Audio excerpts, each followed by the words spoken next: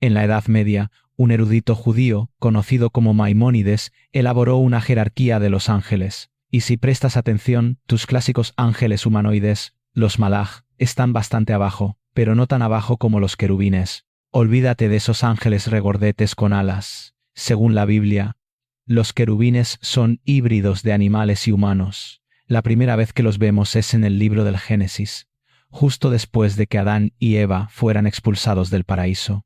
Su trabajo es proteger el jardín del Edén de la humanidad.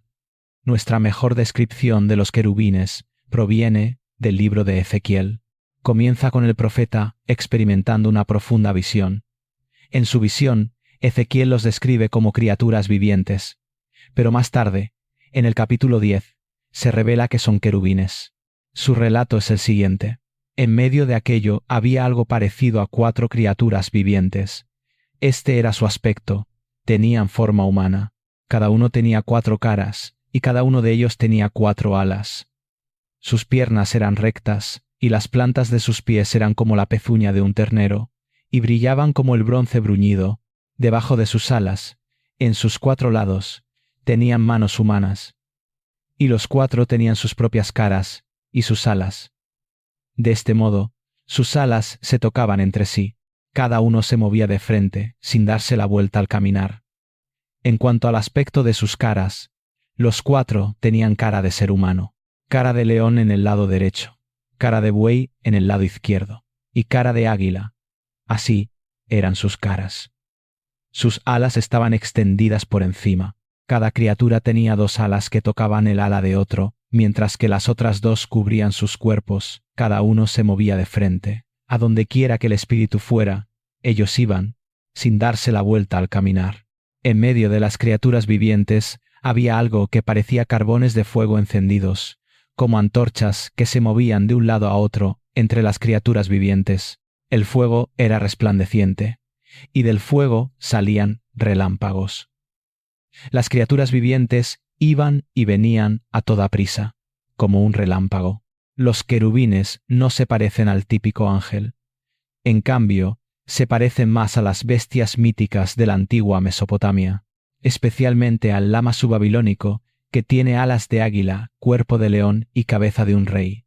Estos actuaban como guardianes de lugares sagrados como templos o de los muros de los palacios o ciudades, y desempeñaban un papel similar al de los querubines bíblicos. Se parecen mucho a su pariente egipcio, la esfinge, o al grifo hitita.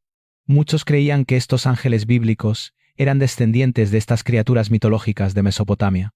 Debió de haber mucho intercambio cultural, y el mismo tipo de criaturas míticas surgía a lo largo de todas estas regiones. Los querubines del cristianismo posterior podrían haber sido importados de los mitos griegos y romanos, tomando prestadas las formas de Cupido o de un puto. Subiendo en la lista, nos encontramos con estos otros, los serafines.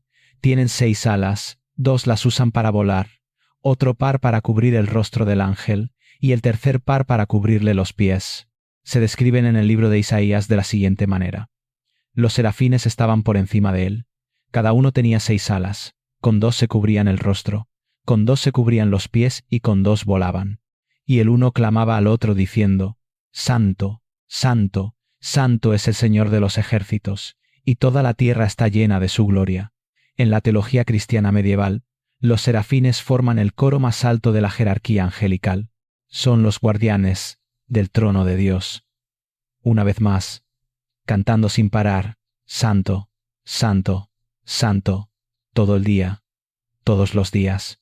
Así que los serafines, su nombre proviene de la palabra seraf, que significa arder. Por lo tanto, serafines podría significar algo así como los que arden bien. ¿De dónde vienen?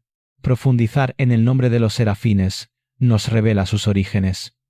La palabra hebrea, para referirse a una serpiente venenosa del desierto, es saraf. En el antiguo Egipto, a la cobra se le llamaba a menudo la ardiente.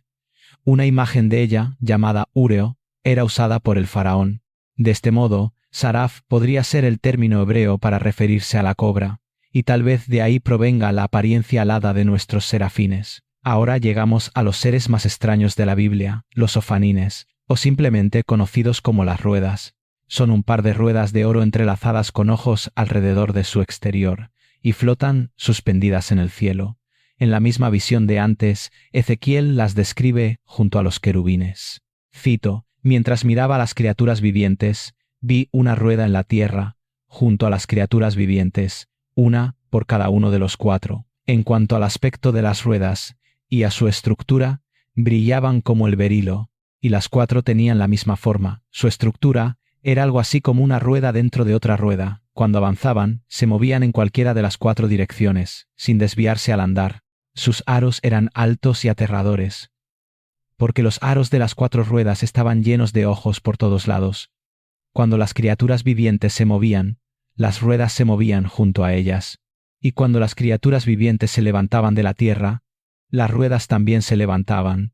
A donde quiera que el espíritu fuera, ellas iban, y las ruedas se levantaban junto con ellas, porque el espíritu de las criaturas vivientes estaba en las ruedas. Las ruedas son seres destinados a transportar el trono de Dios, lo que las convierte en unos de los seres más sagrados, y sin duda los más extraños, de la Biblia. ¿De dónde provienen estas ruedas? Bueno, nadie lo sabe realmente.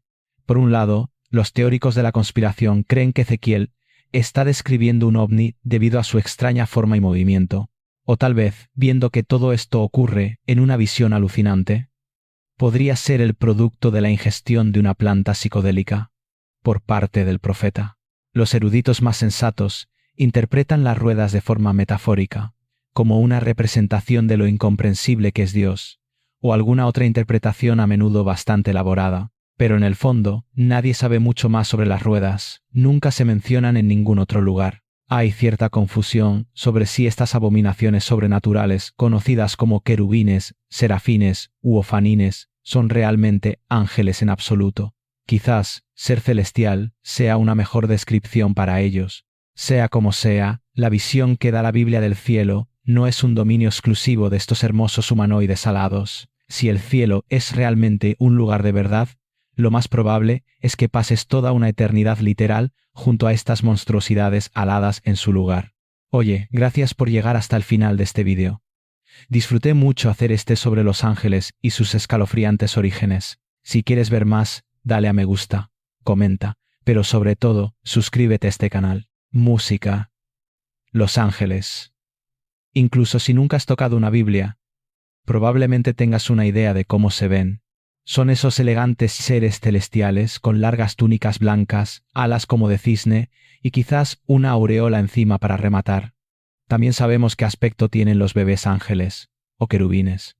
Esos bebés pequeños, gorditos y adorables que sostienen un arco y una flecha.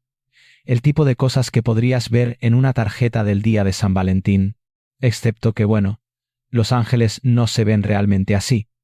Al menos no según la Biblia. Estos son los ángeles bíblicamente precisos. Estas espeluznantes abominaciones parecen más sacadas de una novela de H.P. Lovecraft que de la propia Biblia. Entonces, ¿qué son estas cosas? ¿Por qué tienen ese aspecto? ¿Y cómo es que nos equivocamos tanto con los ángeles? De acuerdo, los ángeles provienen del Antiguo Testamento, la primera mitad de la Biblia para los cristianos, o la Biblia entera, conocida como el Tanaje para los judíos. El Antiguo Testamento fue escrito en lo que hoy es Israel y Palestina, aproximadamente desde el siglo VI antes de nuestra era hasta el siglo III antes de nuestra era. Aunque muchos eruditos creen que las historias bíblicas en sí son mucho más antiguas. La palabra ángel proviene del griego ángelos y originalmente de la palabra hebrea malach, que se traduce aproximadamente como mensajero. Estos mensajeros aparecen en el Antiguo Testamento en varias ocasiones. Llevan los mensajes de Dios entre el cielo y la tierra, y a veces actúan en su nombre.